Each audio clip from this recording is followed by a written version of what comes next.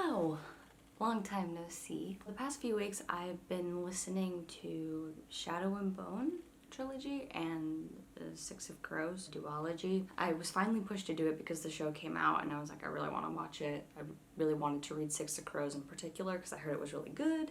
So I finally read it, and I'm in the mourning period after reading Crooked Kingdom, so this is my spoilery review of all five, just kind of in combination.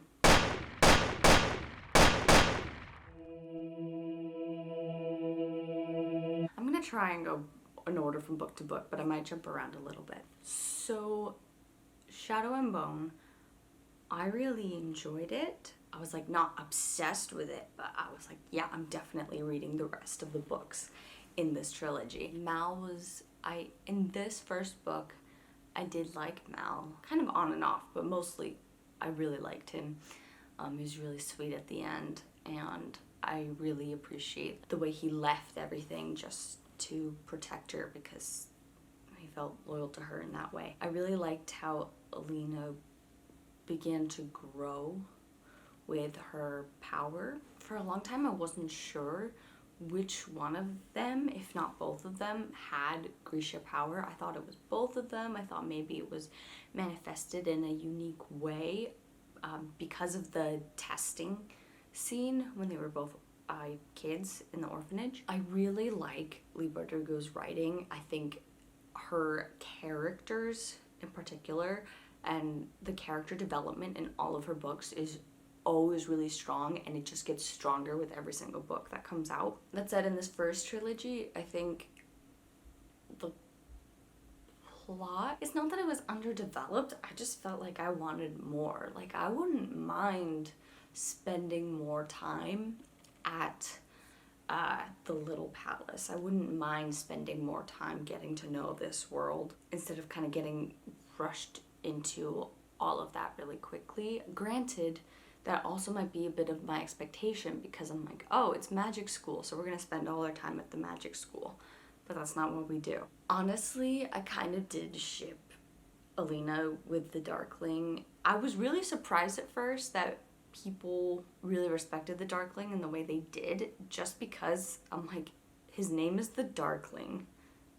Of course he's evil. But I really appreciated the fact that it was kind of more complex than that, and I wish we got more of that in all three books. Like, I don't know if I ship him and Alina, but I kind of do. I'm like, I'm kind of rooting for it, but I also kind of ship her with Mal. Like, I feel that that's what I'm supposed to want, but it's also kind of what I actually want. So there were a bunch of moments where we seemed to get a glimpse of the Darkling, of his feelings about Alina. You know, it wasn't just like about using her, it was also about the fact that he's always felt alone, and she's the first person to make him think he's not alone because she is different like him. They go into that in the last one, but I honestly wanted even more of that because I thought the Darkling's feelings about Alina are really, really interesting, and I just wanted to see him a little bit more, especially in Siege and Storm. But I know why we didn't, but when we did see him in Siege and Storm, that was so creepy. I was like, so creepy. And when she woke up with like Mal kissing her, and I was like, no honey, no, that doesn't even make sense. I think one thing I really appreciated is the fact that the characters in particular are really realistic. Sometimes I didn't get what I necessarily wanted, but it still made sense. For example, you know, I really wanted it to be that Mal, like, he just couldn't be with Zoya. Like, he just couldn't bring himself to do it because he honestly just subconsciously knew that he really liked Alina, but no, he did. And honestly, that makes sense. That's what would probably really happen. And so while it made my heart hurt, it did add another layer of complexity and realism that I thought was consistently really strong with this story. I think that's one of my favorite things about Leigh Bardugo's writing. It really feels like there are things happening because of the story, and it's not feeding my YA expectations. Something else I really like is I like how dark it got several times. I think it was appropriate that like Six of Crows duology was significantly darker. Get into that later. There were several lulls in the trilogy, mostly during the training periods.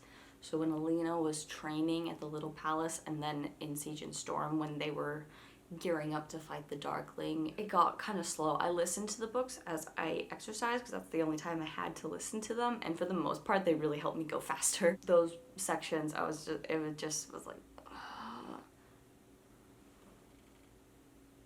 it's just the reflection.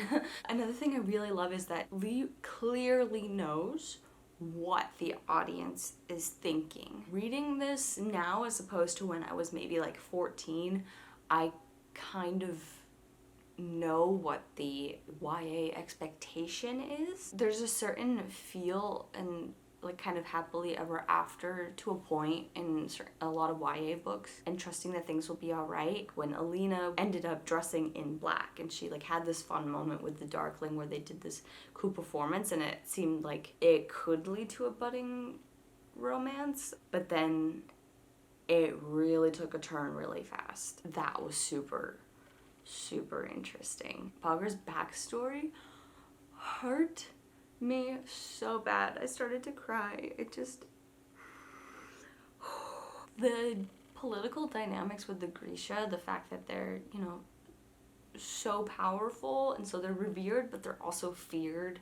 And so they're both like more than human and less than human. I think that was super interesting. And something I really appreciated about the Darkling is that, you know, kind of like Thanos, like you understand his perspective, you understand where he's coming from. Honestly, if I had lived that long and was experiencing that, especially with the stories he grew up with, I kind of understand. And there were times where I was like, I know he's not right, but I'm like, maybe it is right. It's not, but maybe. What I think everyone probably talks about is Siege and Storm Mal. I feel like I'm not alone in being really annoyed with Mal. I just grew to like not like him at all. I was really frustrated. Honestly, I kind of wish that he and Alina like did have their thing, but they also grew apart. And just decided they wouldn't end up together. Like I didn't want that, but I kind of did because I was just so fed up with him. I understand, and it's not necessarily fair to feel this way. Like it's reasonable, it's understandable why he's feeling the way he is, but he was just so whiny, and I'm like, okay, I get it, it's really difficult, but you made this choice. Also, it's not just you who's impacted by this. You know, Alina was realizing that the entire nation, and honestly the entire world, was really relying on her, and it was really her duty to serve that, like to serve the greater good, and he just was not appreciating that. What really frustrated me is that he's like, oh, ever since you got to the Little Palace, blah blah blah, and you freaked out about her powers or whatever. I'm like, aw, are you sad that you're no longer the more powerful one in the relationship? He wants them to go back to the old way, and I'm like, even you could tell she was absolutely miserable. She was physically unhealthy, she was unhappy, she was sad, she was not feeling like a full person, she wasn't really feeling like her full self, she didn't really know who she was, and now finally she's becoming stronger and she's becoming more independent, and you don't like that and you're whining about it and making her feel bad about it. Like, also maybe cut her some slack, she's kind of dealing with a lot. Communicate just tell each other all the things, stop hiding things from each other, because if they don't understand when you tell them everything that's going on, then it's not gonna work out. It's just not meant to be. Like when she was hiding the fact that the Darkling was there, oh my goodness, when he was close to her and she saw the Darkling and she flinched and Mal took it the wrong way, I was like, ah, and then she didn't go after him, and I'm like, ah, ah. I loved Nikolai so much. Favorite character. Honestly, I really shipped him and Alina. Not necessarily because I thought they would or should end up together, but I was like, if they did, I would really not be mad. Like, if she grew apart from Mal and ended up being with Nikolai and they were at the very least really good friends, like in a relationship, I don't know. I would have really enjoyed that. And their banter was so much fun. I just love Nikolai so much. I love him so much. I really did not see the Sturmhond thing coming. I was like, that is a really weird con to try and pull over an army. Oh no, he really is. There were some, you know, like dark, not necessarily good moments that I think really added to the story. Like when Alina started wielding the cut on the Darkling's ship in order to escape, and she felt really guilty about that. Part of me is like, don't feel guilty, it's fine. But also, that's a really tricky situation.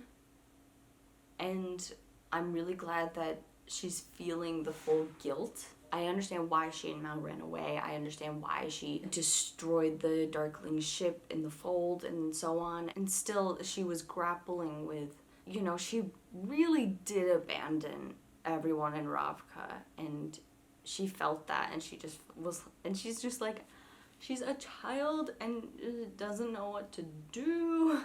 And I really, really, really love that. When Alina was gonna put the second amplifier on and Mal was like, are you sure?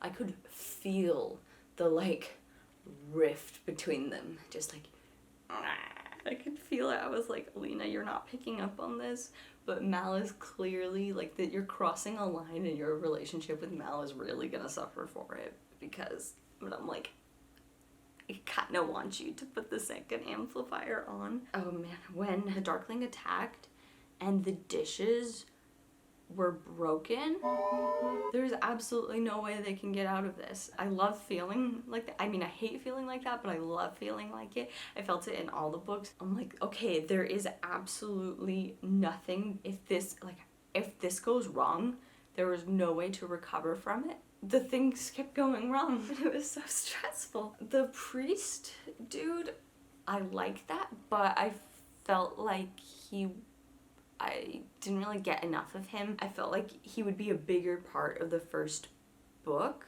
and the way he was talked about in Shadow and Bone, I thought he would be more important.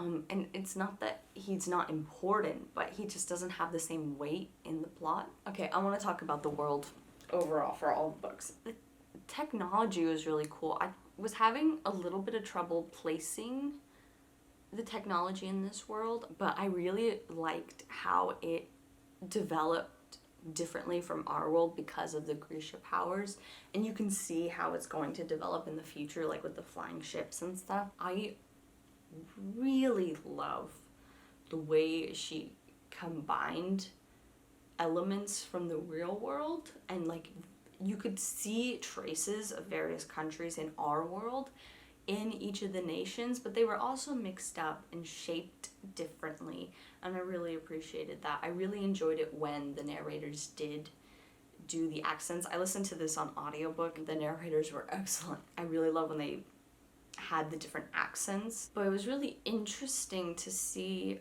a book that's not necessarily Western set, because I feel like a lot of books, like if they're old-timey, they tend to be like British old-timey, or at least like some Western European, but this, you know, had some, clearly a lot of like Russian influence, something that meant a lot to me because I'm Swedish, and Matthias was talking about Fjärda. He mentioned semlas specifically. It caught me completely off guard because I did not expect to see a real culturally specific reference, because that's, as far as I know, that's not a thing like anywhere other than Scandinavia. So I expected to like have the culturally specific dish be something made up, but no, it's something real that is specific to a specific region, and that was really bizarre. And I think it also played a huge part in why I was like not as angry at Fjärda as I would have been without that, because I think I saw them as more human because I felt like I had that connection to Fjerdan culture. But on the other hand, it was also really not Scandinavia because they're really prude, and that's not really how it is. But on the other hand, it's like the blonde, giant Viking, like, ice soldiers, like... I felt like I got a better sense of the world in Six of Crows, mostly because the characters were from all over and that played a bigger part. I really had no idea where I was, and the other nations weren't real to me in Shadow and Bone trilogy. So the ending for Shadow and Bone, I felt like it was satisfactory. It's both what I wanted and not what I wanted. I felt like Alina kind of got the short end of the stick. Like, I know that Mal gave stuff up too, but I really feel like she gave up a ton, and it in part led to her happily ever after with Mal. But I don't like the fact that she had to give that up in order to be with Mal.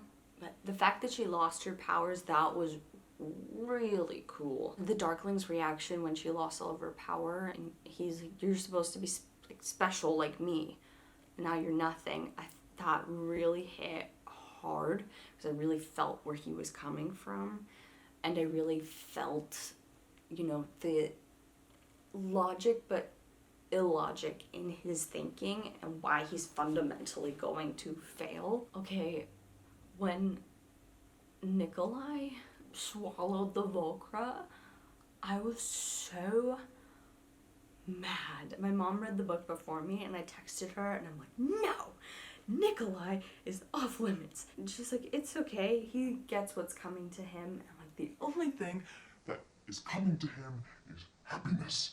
I hate this. I was so livid. Like, while I was listening, I was like making dinner or something, and out loud I was like, no. My roommates were like, are you okay? No. It hurt so much. I was so scared because Leigh Bardugo, in a way, she's kind of like with Kaz Brecker. Like, there is a line, but she keeps making me think she's gonna cross it. And I was like, I wouldn't put it past her for her to leave Nikolai as unhappy, because like it gets him out of the love triangle square, whatever it is. I don't know, like, it's the solution to get rid of him instead of just deciding that they can't be a couple. And I was like, no. But Nikolai's, well, not okay, but he's okay. Thank goodness. I really liked liking Zoya. Because at first, obviously, I really hated her, but I really grew to appreciate her as like the complex character she is, and it was really fun to explore her powers and, you know, not have her be just a mean girl that's still on the good side. Like, she was a little bit more complicated than that. I really love Jenya. I really appreciated her growth. And her with David, I love how by the end, when you know about her affinity for poisons and how smart she is, you really see how similar they are. They honestly have a very similar creative, inventive passion and like a good science base.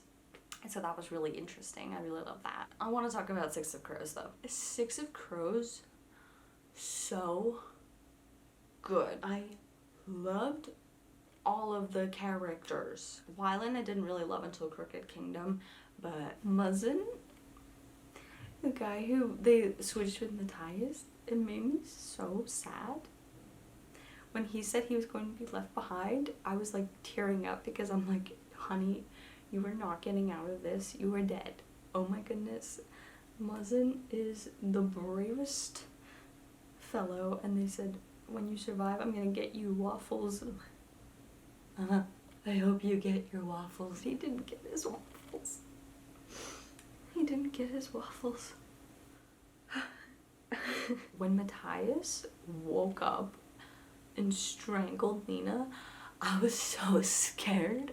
I was like, I know they're going to be fine. Like, I know the two of them, we're gonna see them get together, but like, I don't know how this is gonna work. I'm very scared. It's going to be a hurdle to get them to be in a relationship. I really appreciated Matthias's slow journey to growing and realizing he's brainwashed and rethinking how he sees Grisha power, and the fact that the like unnatural but beautiful, like that struggle, I really appreciated that. When he saved Kuwait and Jesper, Matthias not only led his own mini Grisha army, he specifically directed a young, impressionable Grisha who's still learning and like hasn't really had the chance to be good or bad yet, and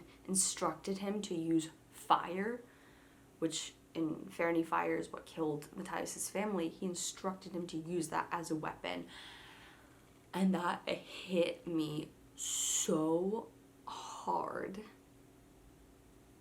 That is a lot of things packed into trying to survive. And I really appreciated how instead of burrowing deeper into his prejudice, he allowed that to, even if it was painful, like expand his mind to accept Grisha. But Jesper and Wylan, I really liked that. I really liked the way they were flirting with each other.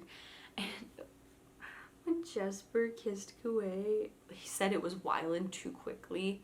And I was like, okay, I'm willing to buy that he can tell them apart. But I'm like, you said that way too quickly. You're so convinced it's Wylan immediately, and Wylan's acting differently from usual. I'm like, I can see where this is going, and I don't want it to go there. And it was just so embarrassing and so awkward. One thing I didn't expect was the fact that Kuwait kind of had a crush on Jesper, and he had like the sketches of Jesper in his notebook, and Wylan's like, he's not even that good of a scientist. He was just like, you're the one who kissed me, even if you thought I was Wylan. You can come to Ravka with me. He's so weird. But I love that. I love he's like kind of sneaky and just like a bit of a troublemaker. They're all like, you are so much more trouble than you're worth. Okay, Jesper's father's crumpled hat gives me so many feels. When he went to the university and his father was like in his best suit. I did not see that Jesper was a fabricator. I did not see that coming. I feel like that was probably really well hidden, but as soon as that was revealed, I was like, oh, that's why. He's such a good sharpshooter because he can control the metal and the bullet. So that was kind of obvious to me as soon as that was revealed. Nina, I love Nina. She was so much fun to read. Matthias, when he was talking about his wolf, I was like, broke my heart, as did all the things Nina was calling him. When Nina took the pram, I was like, no, okay, it's gonna have to be fine. You know, she's gonna be strong enough, it's gonna be fine, it'll be fine. And it kind of wasn't fine, and when she had trouble with her powers and she was being mean to Matthias because she was addicted and she was really struggling with it. I mean, like, she was kind of okay, but she did really have to struggle with it, whereas I feel like a chosen one would just be like fun. I really appreciated that. The tank and the Fjerdan strong banner being dragged behind the tank, hilarious. I really loved the line when she was like, Matthias, like, I don't remember what she said, she's like, you're even better than waffles, and he's like, let's not say things we don't mean, my love.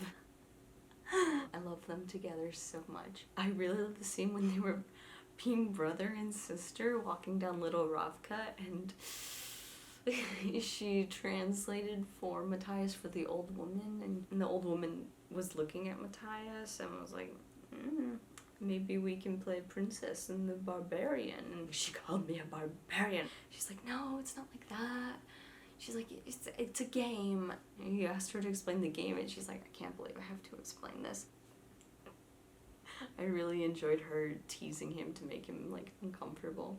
Kaz, so cool. I have a hard time believing all of them are the ages they are, but he in particular, I'm like, you little Jean, yes. And it's really satisfying to have like the older generation be like, young ones, they come and go all the time. But then be like, no, this is a for real soprano mob boss that is coming. Like there is always someone new who like takes over every once in a while. Power never stays the same. This is the new shift in power, and I was not expecting it to be so dark, but when Kaz scooped out the guy's eye and then still threw him overboard, I was like, I hate it, but I love it. Absolutely love that, like, she went this far. When the author goes really far, it's so awesome because it means that you have absolutely no idea what to expect and that anything can happen. It honestly felt like a roller coaster. The thing with the son.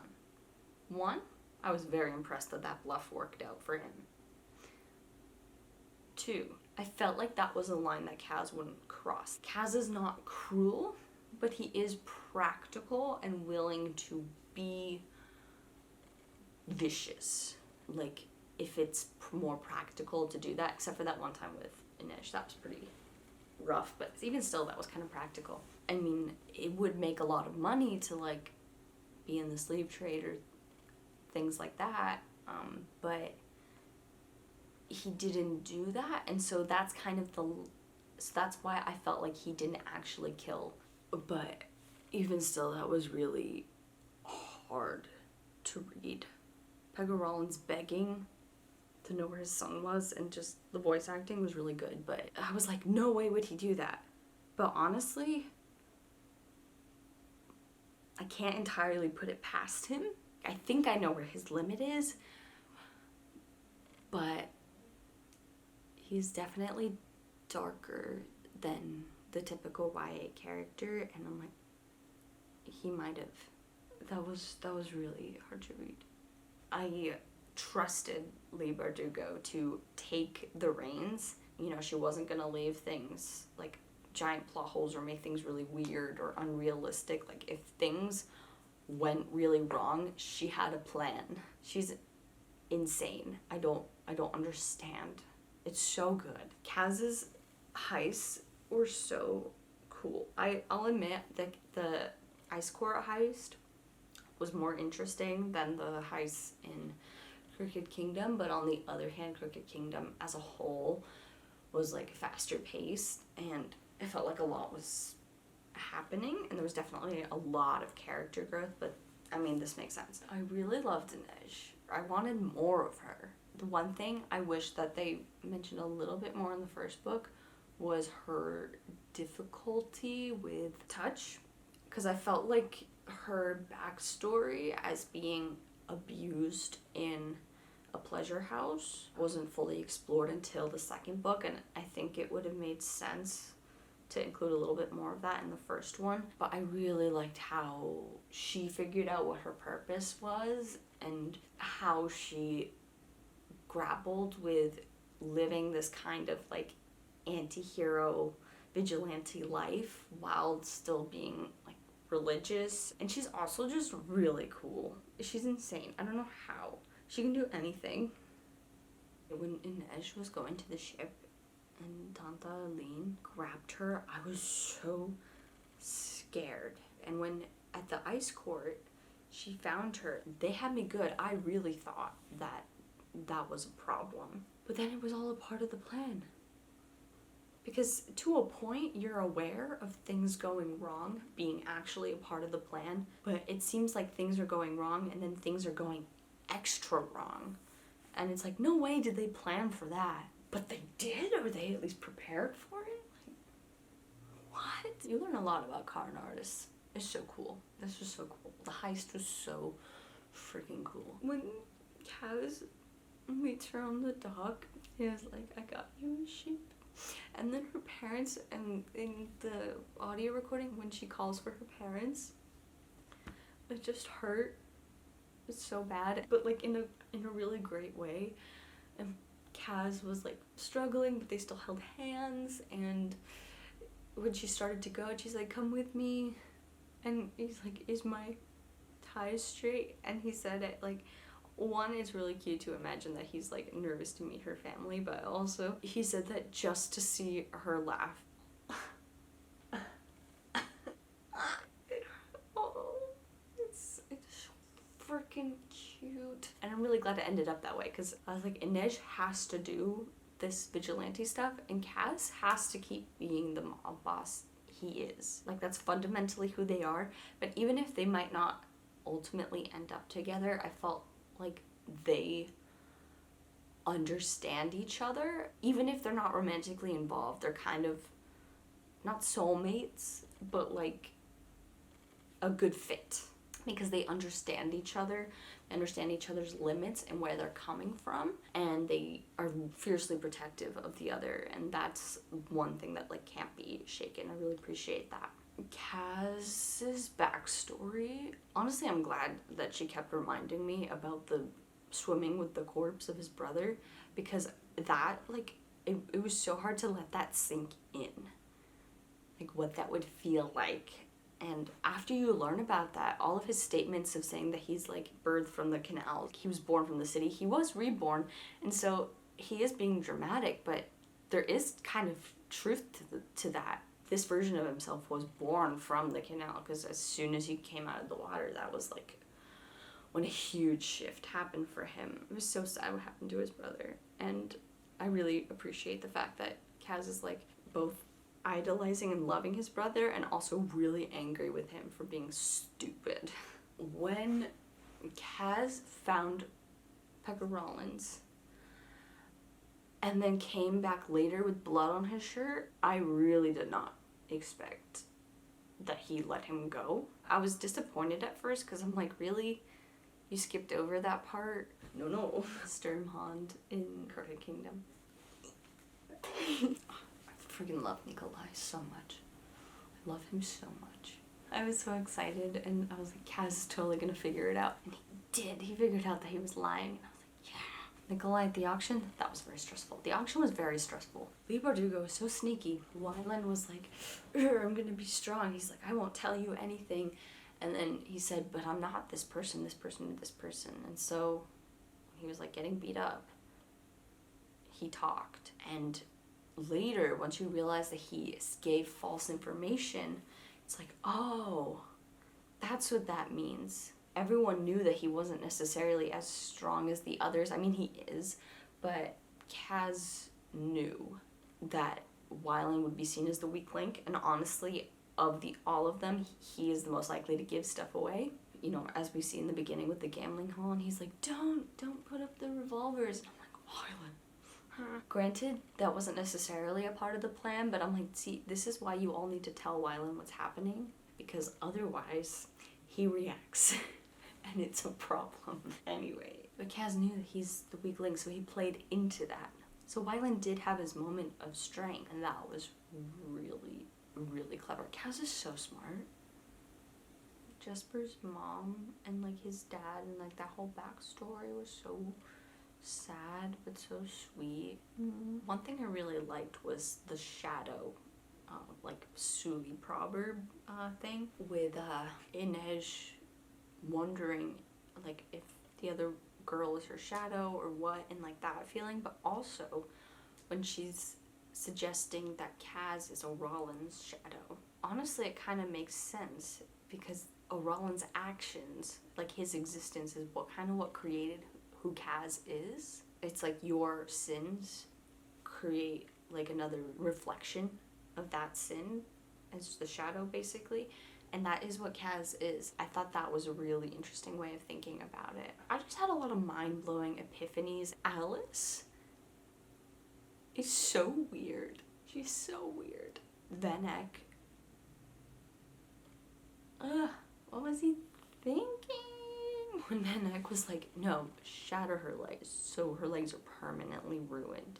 She's like, he'll never make the trade if you break me. That hurt so much. Also, as soon as she described the stage with like all the giant, like the surgeon's table, like even if it was part of a play, I was like, no. Surgeon set plus kidnapped person who's gonna be tortured in a week, that equals this is torture chamber time. I was really surprised with Van Eyck. Van Eyck was pretty clever. Wylan being tailored to look like Kuei, did not expect that. Wylan having trouble reading, I figured it was probably just like dyslexia or something. They just didn't really understand that. And so that was definitely an interesting aspect. I felt like there was like a lot of PTSD and maybe dyslexia and ADHD involved, and it was really interesting to see that in a fantasy world because they aren't diagnosed or recognized in the way that they are in our world. It's just kind of like a part of who the person is. Like, it felt like Jesper was just like could never be still, whereas it might have been that he was kind of ADHD. That doesn't really exist in their world as far as they know. There's no name for it, there's no label, it's not considered the same way it's considered here. So those are always really interesting to see, things like that represented in characters. I love the part with the ghost. If Pepper Rollins gets us all killed, I'm gonna have Wylan's ghost teach my ghost the flute so I can annoy your ghost in the afterlife. Because, like, well, I'd hire Matthias's ghost to like, keep you away. Matthias is like, my ghost would not associate with your ghost. And he's like, wait, spending too much time with him is making me insane too. I just love when they're like conning and planning and being really practical, and Matthias is like, you are all awful. You're all dirty-minded, awful, dark. What is wrong with you? And I love it. Okay, like, I could get it, but when the boy was pointing his gun at him, what Matthias was doing, I could feel it. I'm like, I could see him continuing to walk close. I could see him continuing to talk as if he assumed the boy was listening. And I'm like, I know you remember the rage. It was a lot like the wolf.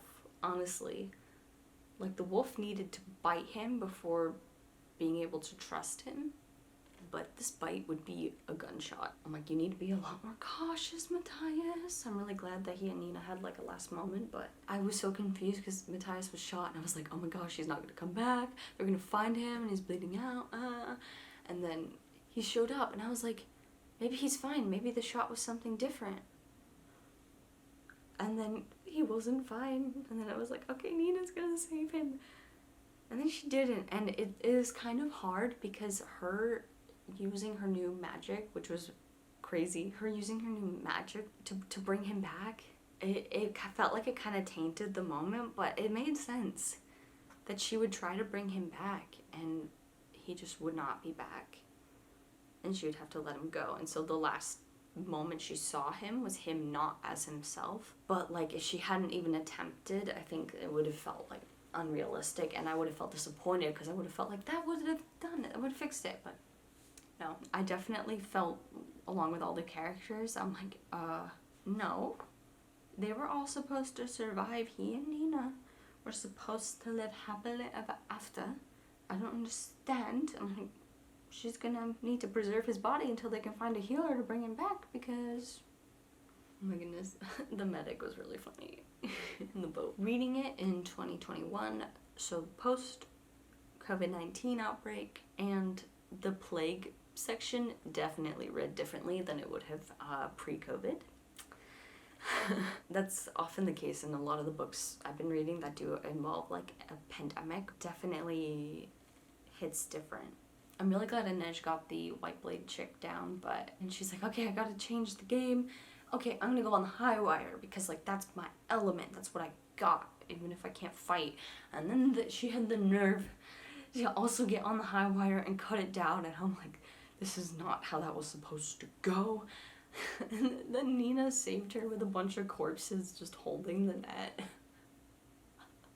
She had all these corpses around her, and they're like, okay, so what do we do with them?